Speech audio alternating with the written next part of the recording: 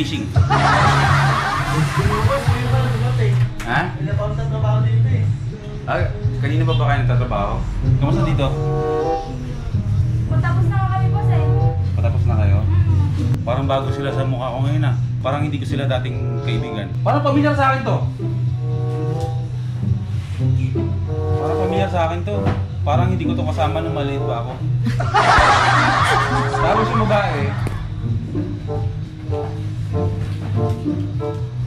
parang kilala ko rin to. Parang hindi siya yung babae dating apektado nung niloko ko.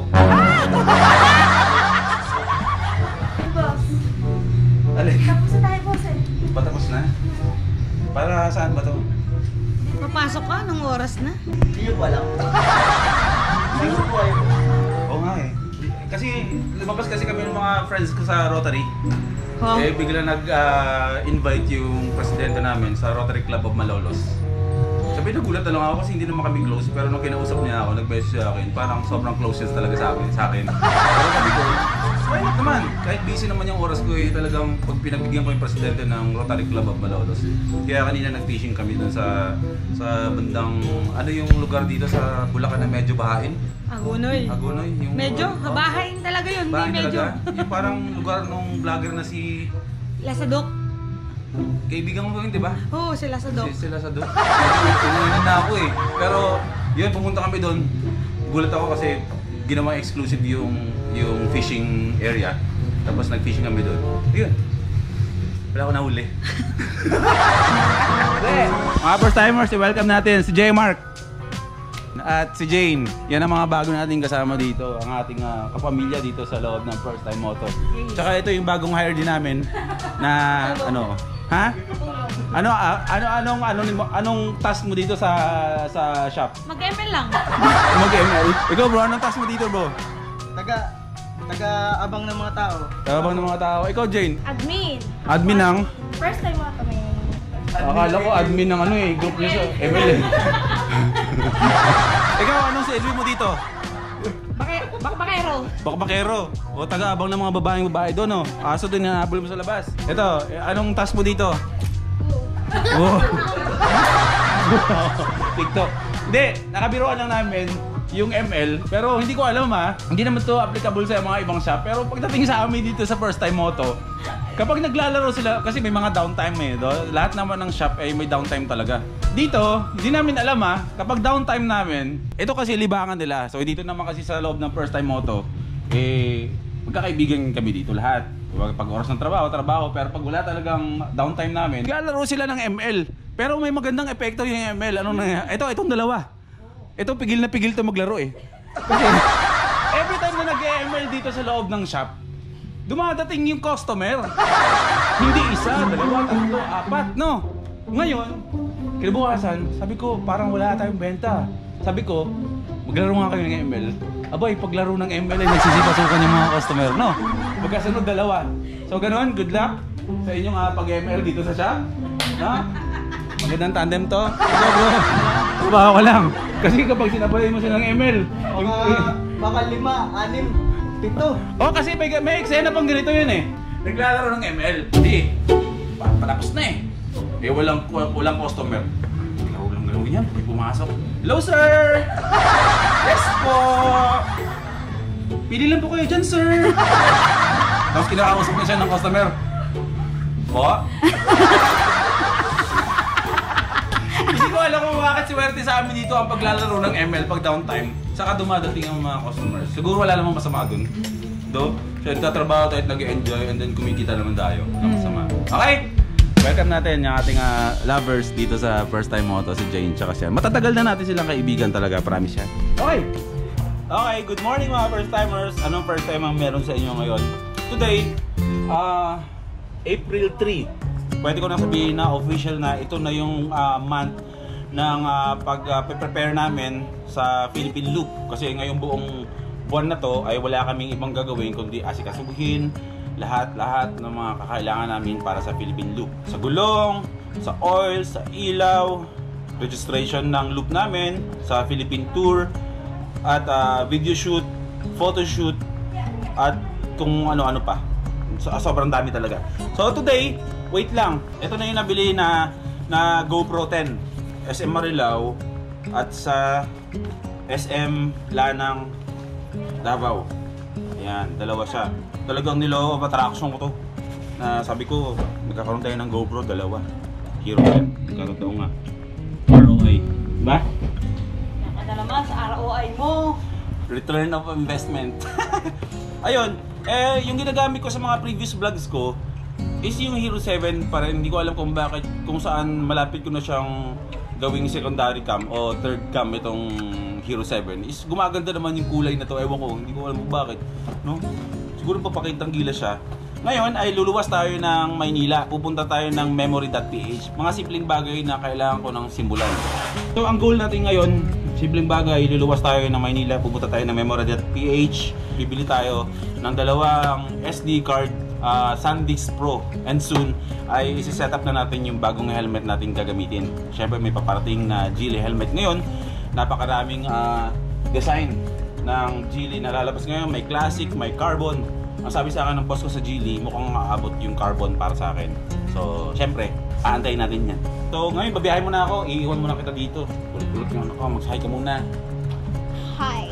Gagamitin natin si Madonna ngayon. No? So, lahat mga naghahanap kay Madonna, si Madonna ay andyan lang naman. Siya ang gagamitin natin papuntang Manila ngayon para bumili ng SD card. Okay? Let's go. Magkano nagas natin, sir? 70? Bumaba na rin kahit paano. Okay. Diesel daw ang bumaba. Hindi naman tayo pwede mag-diesel dito. Welcome back, Madonna. Welcome na din ulit si Madonna. Grabe sa dami nang naghahanap kay Madonna. Andyan lang naman siya. Medyo na-stuck lang siya sa bahay. Kasi nga ang dami nating motor. Pinagpahinga ka muna. Kaya medyo alikabukin pa. Ipapasok ko ulit to sa GTR Speedtech para ipakondisyon. Sabi ko kung mag-adventure vlogs ako, itong buong buwan ay bago tayo mag-Philippine Loop, sabi ko babiyahe-biyahe muna ako mag-isa. Si Madonna gamitin natin, tsaka si Tosino. Woo! Nakakapanibago. Nakababa yung aking kamay, mga braso, kasi si ADV nakaangat Ito nakababa. 33 kilometers mula dito sa Malolos, Bulacan. Giginto pala kasi galing ako sa shop. Ay meron tayong tatakbo yung 33 kilometers papunta ng Manila. Kasi natatakot ako bumili ng memory card sa mga malls. Kaya sa BB yung malls yun kasi yung fake na memory cards, yung mga micro SD at saka yung original halos hindi na talaga malaman kung sino yung totoo ba at saka sa peke. Gagamitin natin sa Hero 10 natin. Maarte si Hero 10. Kailangan SanDisk Pro ang micro SD na gagamitin. Nagwalang silbi yung mga memory cards ko dun sa Hero 7. Pero gagamitin ko pa rin naman yung Hero 7 pang third cam natin sa Philippine Loop. Sige, sir. Always give way to the pedestrians kahit walang pedestrian lane. Kasi kapag nabangga natin yan, tayo ang lugi. Balagtas, Palengke. Grabe, April 3 na pala ngayon. Natetense na ako. Napakabilis kasi ng mga araw. Itong buwan na to talagang babakbak kami sa preparation namin. Marami kaming lakarin at asikasuhin. Pero sabi ko yung mga simpleng bagay, maliliit na bagay na ganito, simulan ko na. At least bago namin asikasuhin lahat ng hampas loopers ng dapat namin asikasuhin at lakarin, naayos ko na yung sarili kong pangangailangan ba, di ba? Samba na lang, Philippine Loop na lang. Mabilis na panahon na yan.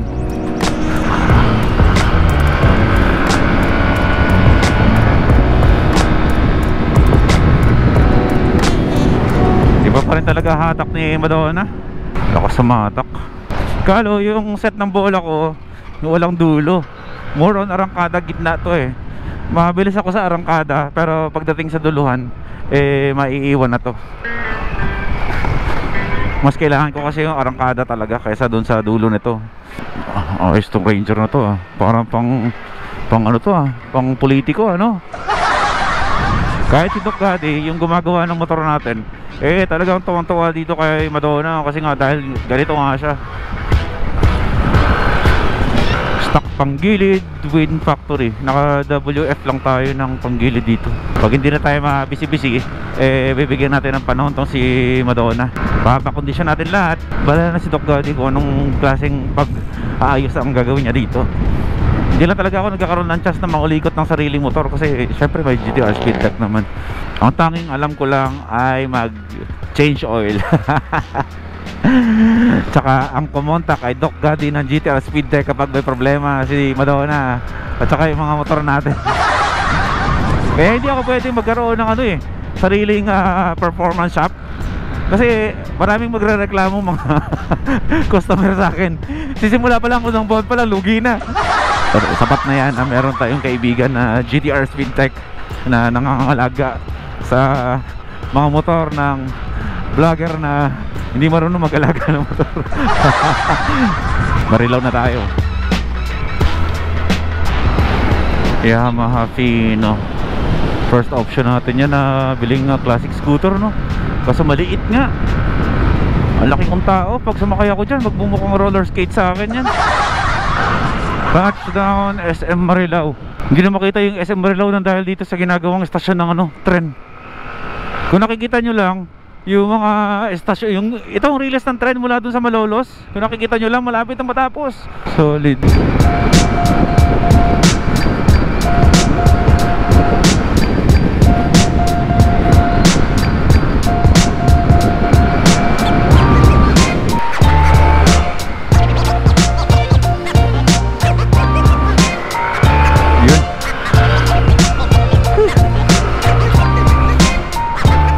Na yung shocks ko.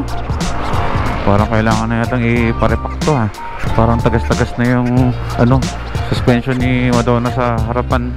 Teka lang. At ano nga pala, speaking of Philippine Loop nga pala, no, mga first timers, ay sa April 31, the day before the jump off ng Hampas Loopers na para sa Philippine Loop, ay magkakaroon kami ng parang official meet and greet sa Luneta. Parang send off meet and greet ba para sa mga Hampas Loopers na alis kinabukasan. Kasi ang plano, the day before ng jump off namin ng Philippine Loop ay magkakasama na kami. Matutulog na kami sa isang hotel dyan sa Manila near Luneta para ang jump off namin ng umaga. Siguro, hindi ko alam kung alas 3 ng umaga o alas 4 ng umaga ay magkakasama na kami. Ang purpose nun is para wala nang malate, wala nang magantayan, sabay-sabay na kaming matutulog para eksakto na oras namin ng jump off ay makaalis na talaga kami. Pero syempre, bago kami umalis ng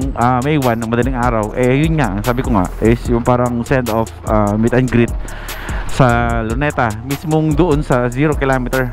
Yung doon sa tapat ni Jose Rizal, so may malaking flag ng Pilipinas kasi andun kasi yung 0 kilometer. Alam nyo na yan, yung parang muhon doon na o poste na maliit na may sulat na 0 kilometer, di ba? 0 km. Tapos kunwari, dyan sa lugar nyo, kunwari nasa Bicol ka, nakikita mo dyan sa inyo may parang may muhon na mataangkat na parang 560 km. Ang ibig sabihin nun is 560 kilometers ang layo mo mula sa 0 kilometer sa Luneta. Ganun ang purpose nun. Kaya dahil nga iikutin natin ng Pilipinas, sisimulan natin sa 0 kilometer talaga. At doon din tayo mag-ending. Mapapalaban tayo ng matindi nito mga first timers. First day namin, first leg namin, Luneta, Manila to Matnog, Sorsogon. End of Luzon agad yun. Kahit anong oras kami abutin ng gabi, basta dapat parating namin yung Matnog para kinabukasan pa-Visayas na kami maghapon. Buong araw tatawirin namin yung Visayas, dapat parating namin yung another port na naman, and then the next day dapat third day nasa Davao City na kami, nasa Mindanao, and then back na naman kami yan Jensan, tapos paakyat yan ng Iloilo, Bacolod, and then Aklan. Sa Aklan kami magsa-stop over din, diyan kami magpapahinga. So yung mga kababayan kong Aklanon dyan, kita tayo ha, banding tayo dyan. Namimiss ko na yung mga pagkaing Aklan eh. Marami akong papasyalan dyan pagdating sa Aklan talaga, promise. Bibisitahin ko yung dati ko school dun sa Garcia College of Technology. Tapos yung paborito kong bilihan ng mga banana queue dun sa tabi ng Aklan College sa plaza, pupuntahan ko yun. Tapos kakain din ako dun, yayain ko rin yung mga Hampas Loopers kumain ng favorite kong ano tawag dito? Anong tawag sa soup na yun? Lomi sa Mary's. Tsaka yung mga lechon manukan doon, New Buswang ba yun? Hindi ko alam kung anong tawag na sa kalimutan ko na kasi. Ang sasarap ng mga liempuhan doon tsaka mga lechon manok. Yan ang mga kakainan ko at babalikan ko talaga. Tsaka sana no, may mamit ako ng mga classmate ko dati. Di bali na kung wala talaga sila, basta makita ko yung mga first timers ko. Yun ang mahalaga sa akin, makita ko kayo, no? And then, diretso na yun. Paano na yun? Pa Batangas na yun. Tapos babalik kami ng Maynila. Tapos saka aakyat ng North Luzon Loop na, di ba? Ang dali isipin pero mahirap gawin yan, di ba? Na-excite ako. Kumbaga, dahil nga napuntahan na natin yung Manila to Mindanao, tapos nag-Manila, Visayas tayo at nag-North Luzon Loop tayo, parang maintindihan nyo na kapag kayo gumawa na parang abot isipan nyo na yung buong Pilipinas na ikutin. Parang, mabilis na lang sa akin yan, andali na lang kasi naikot ko na. Pero pag nandun ko na talaga sa sitwasyon, ako hindi ko naman sinasabi na magiging easy na to sa akin, kasi baka magulat ako, kasi ito kasi straight talaga to na iikutin ng Pilipinas, hindi to installment Tignan natin kung hanggang saan yung kakayanan natin. Wala naman tayong dapat patunayan.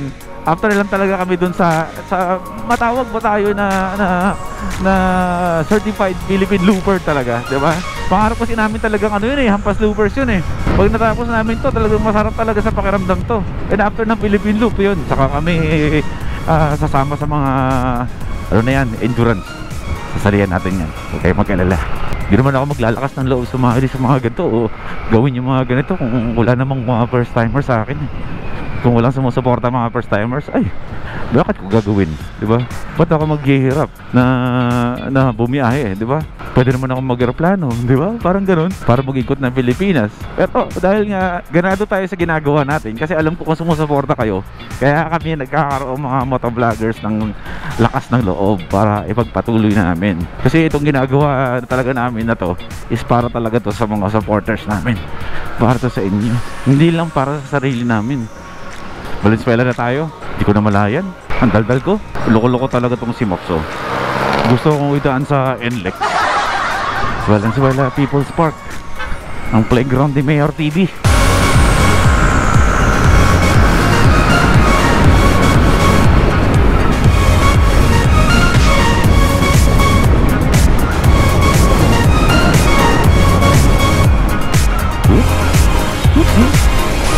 Malapit naman na tayo, 8 kilometers na lang pala. Ito ang aming official stopover. Ito si tatay at si nanay, nagugupitan. Dito ako umiinom ng tubig tulad ng dati. May almost 7 days na ako na walang sugar, walang kanin sa katawan. No soft drinks, no kanin. Siguro more than a week na akong ganito. Ramdam ko na agad yung paggaan ng katawan ko. Lumiliit na agad yung tiyan ko. May 1 month pa, di ba? Sipin mo, sa Philippine Loop, ang nipis ko. Gaan nun, no? O sige, magtutubig muna ako. Tuloy natin pagkatapos kong uminom ng tubig. Daldal ko. Wow naman, talaga. Naman gugupit sa akin, wala tumulat ako. Pa? Siya pa talaga? Oo, di ba? Kung tayo'y matanda na. Sana. Ako na, kukuha ng tubig ha. May tubig ka ba dito? Mineral water. Maliit lang. Huwag na tayong kumain ng mga biskwit. Tubig lang, sapat na. All goods. Let's go.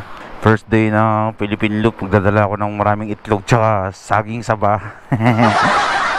Para eat light lang. Pero may enerhiya tayo. Sarap isipin. Mga gil, mga hampas loopers. Bumiyahe. Para kami mga pinakawalang taga nito pag jump off namin. Ayan, parang pwede naman. Anak mo to ako, mali ako. Sorry guys. Sorry.